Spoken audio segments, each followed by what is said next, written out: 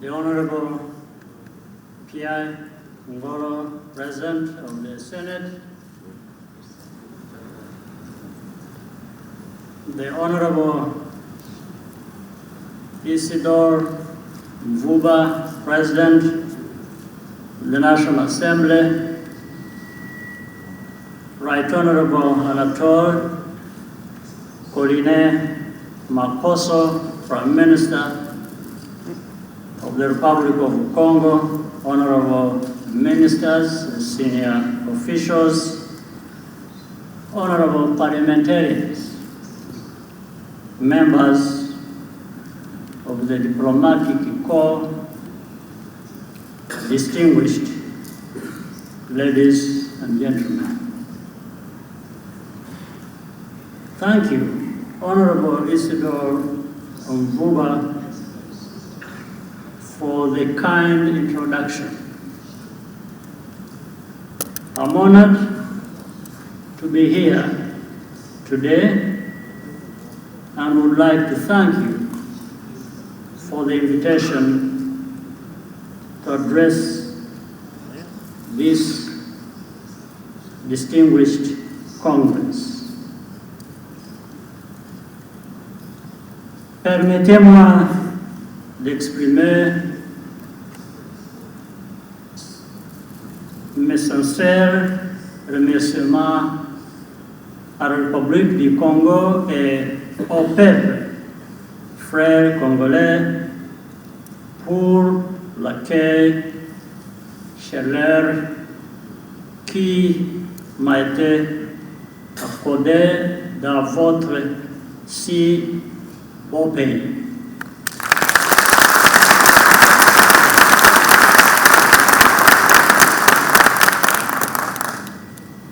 Our visit here is an opportunity to deepen the friendship between Rwanda and Congo and strengthen cooperation for the benefit of the citizens of our two countries. The people of Rwanda and the Republic of Congo are united by a common vision of a stable and prosperous region. We also share the aspiration to bring African countries and people together, working for a strong, thriving continent. Over the years, these goals have served as a foundation for our friendship, and now, more than ever, is the time to take it even further.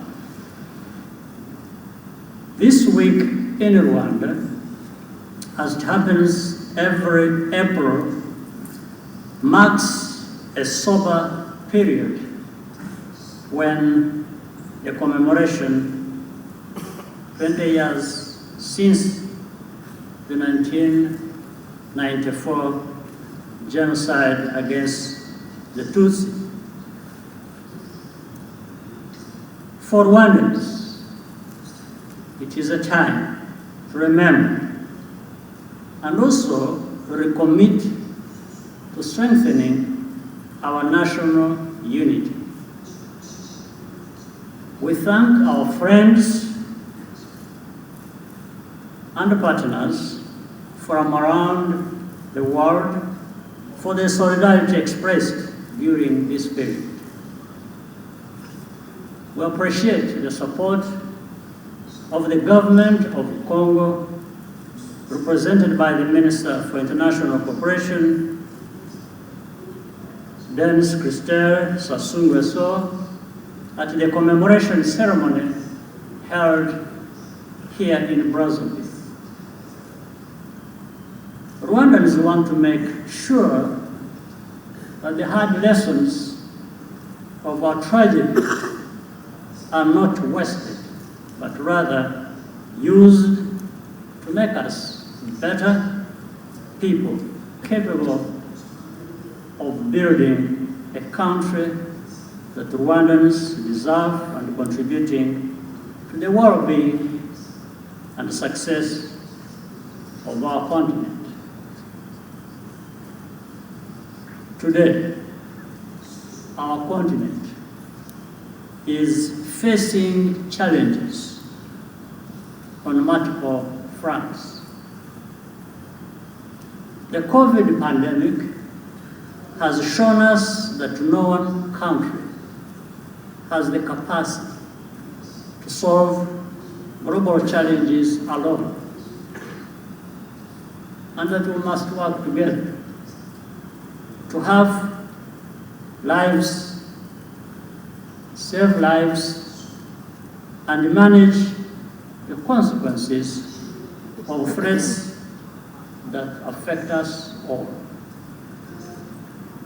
We have also been reminded once again of the importance of robust national healthcare systems and the urgency of preparing for future health crises. We should also apply this kind of readiness to any other kind of crisis. For health, an independent aspect is increased domestic financing, a priority for the African Union, which is tracking progress on an annual basis. A strong regulatory environment is also essential to our collective efforts. The newly established African Medicines Agency will enable our continent to regulate and approve its own high-quality vaccines and medicines. Both our countries are signatory to this treaty. We hope that Congo will proceed to ratify soon. Notably, Rwanda, as well as Ghana and Senegal, is in the process of establishing a manufacturing facility for the production of mRNA vaccines in partnership with BioNTech, the African Union, and the European Union. This new capability will increase access to vaccines and other medicines, both domestically and for the wider region. The initiative will also transfer knowledge and know-how, which is important for Africa's health security. Peace and security in Africa remain high on the agenda for both Rwanda and Congo. Are committed to efforts to resolve ongoing difficult situations, including in the Sahel region, Ethiopia, and Somalia. We appreciate the role played by His Excellency Denis Sassou Nguesso as the chairperson of the African Union High-Level Committee on Libya. Rwanda continues to be active in United Nations peacekeeping missions, with over 5,000 troops currently serving in the Central African Republic and South Sudan. Rwanda also responded to a request from Mozambique to assist in fighting terrorism in the northern part of the country, which threatened to destabilize the whole region.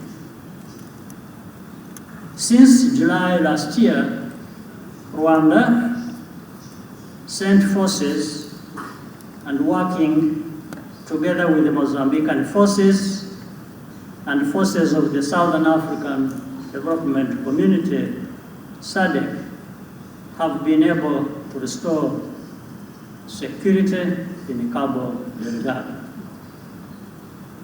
We continue to work with Mozambique to mobilize additional support needed to sustain the positive gains and achieve the long-term peace and stability required for socio-economic development. In addition, at the invitation of the government of the Central African Republic, the Rwandan forces, defense forces, helped to ensure that presidential elections took place peacefully and is contributing to reinforcing security.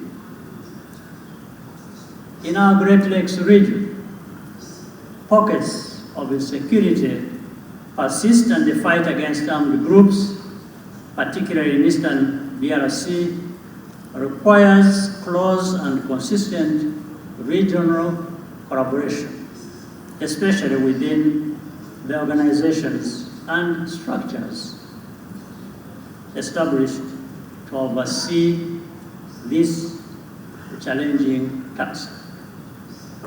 Regional and continental integration and cooperation is an important aspect of Rwanda's development plans. Within the economic community of Central African states, to which both our countries belong, progress is being registered on many fronts. Parliamentarians have an important role to play in advancing our regional development objectives, particularly in harmonizing laws and regulations across ECAs. A few days ago, the East African community welcomed the Democratic Republic of the Congo as the 7th member. This brings the population of the East African community to around 300 million, opening up opportunities in all sectors for the people of our region and beyond.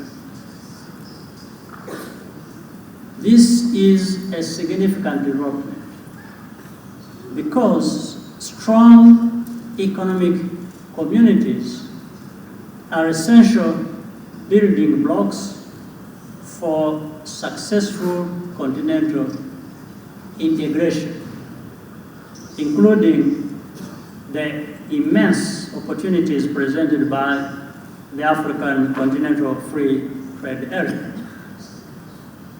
Tomorrow, here in Brazzaville, our two countries will further advance our bilateral relationship by signing several agreements in key sectors focused on economic cooperation and cultural exchange.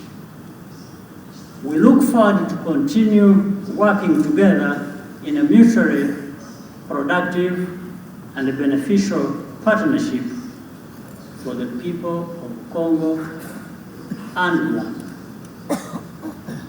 In particular, our joint efforts should continue to provide opportunities for young Africans who are Africa's biggest and most valuable resource, to enable our youth to utilize and benefit from their energies and talents. Allow me to reiterate Rwanda's wish to further strengthen our friendship and cooperation with the Congo. Amidst the uncertainty of the ongoing global security situation, and the COVID-19 pandemic, our partnership can serve as a positive engine for stability, growth, and prosperity in our region and on our continent. I cannot conclude without mentioning the most important point. We know the problems that Africa faces, and we also know the solutions. What is missing is for us to move together from words to action with a sense of urgency.